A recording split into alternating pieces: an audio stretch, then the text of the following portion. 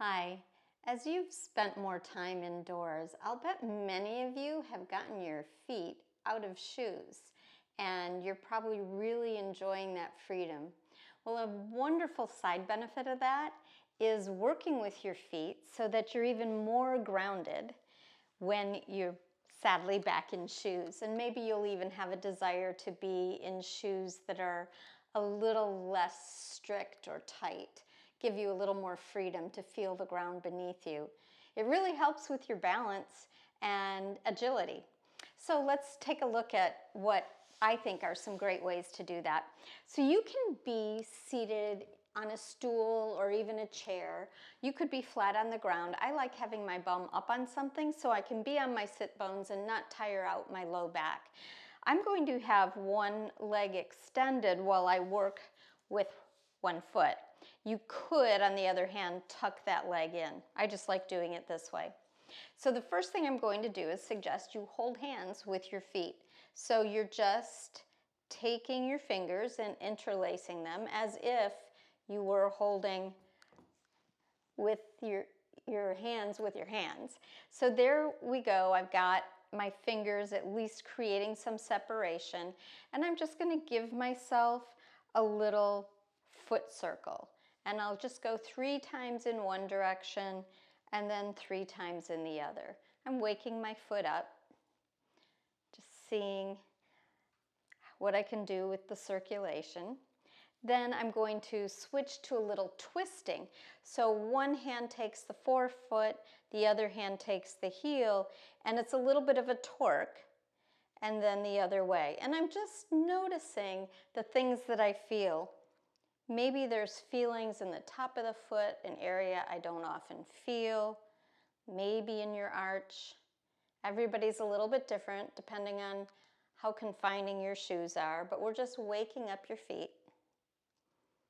Good. And then I'm going to switch to the other side. So again, holding hands with my feet and making circles. 2, 3, and then the other direction. 1, 2, 3. And then going to my little torque mission. So twist and then twist the other way. One way, obviously, will twist better than the other, and your feet could be different. And again, we're just noticing the sensations, feeling maybe muscles and ligaments, maybe ones that you hadn't felt in a long time. So now we're going to do a funny thing. We're going to hold, and I'll do it right here so you can see. I'm going to hold 4 toes.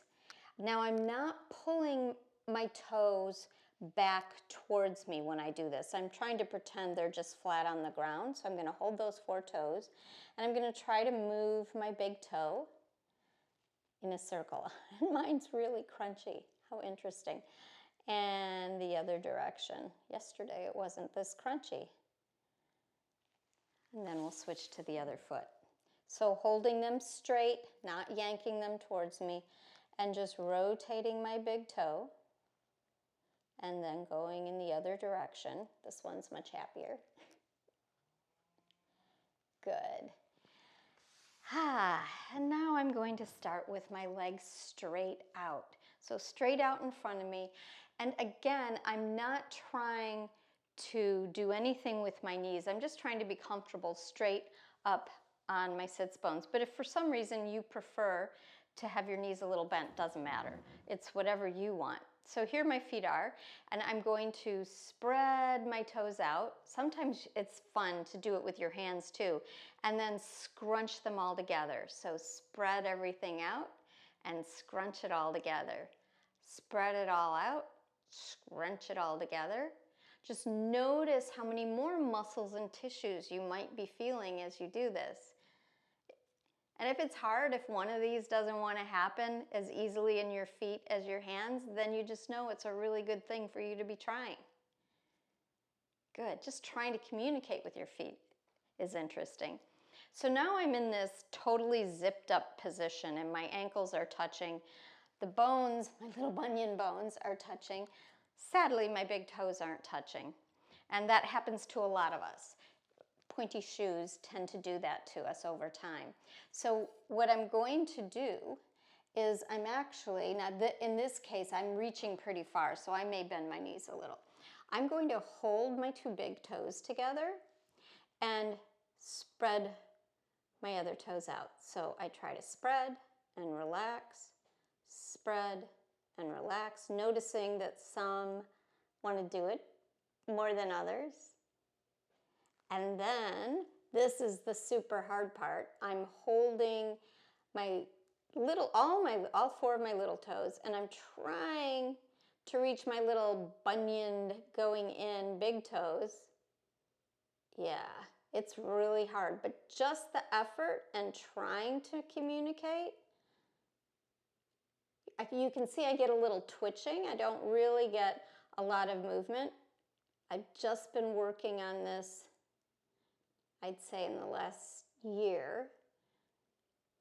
Takes me a while. Suddenly now I'm getting a little more movement, but it's really important to try.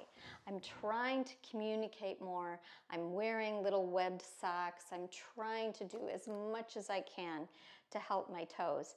Now I'm going to try to do it without holding on to anything. So you can see that I can definitely move my little toes away from my big toes.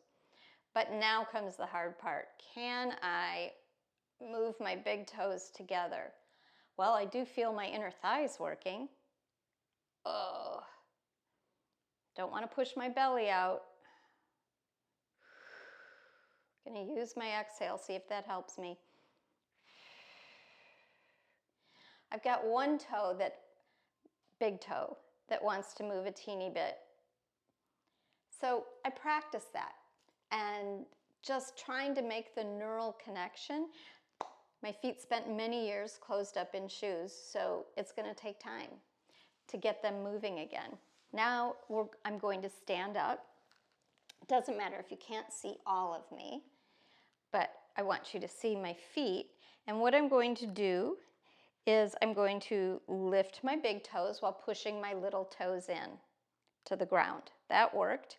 Now I'm going to press my big toes into the ground and try to lift my little toes.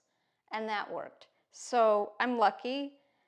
I've been doing this exercise for more years than the other, so I can do this. Don't feel bad if you can't. It's all a process of time. And you're just switching back and forth. Now I'm going to do a few heel raises. And when I do my heel raises, I want to really feel as though I'm lifting with a good base of support in all my toes. For some people, maybe your pinky isn't going to feel like it's on the ground, and that's okay. I'm going to try to go straight up and not forward a lot. And I'm just going to notice what happens with my heels.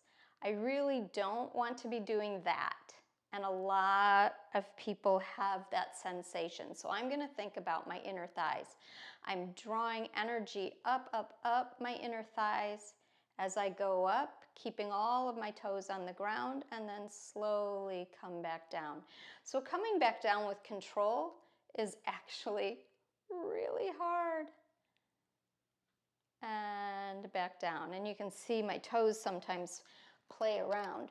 Another idea is to take a block, put it in between your knees, and see if that sort of intensity in your inner thighs helps you go up and down. And you'd be surprised to learn how much stability you can gain from some inner thigh work.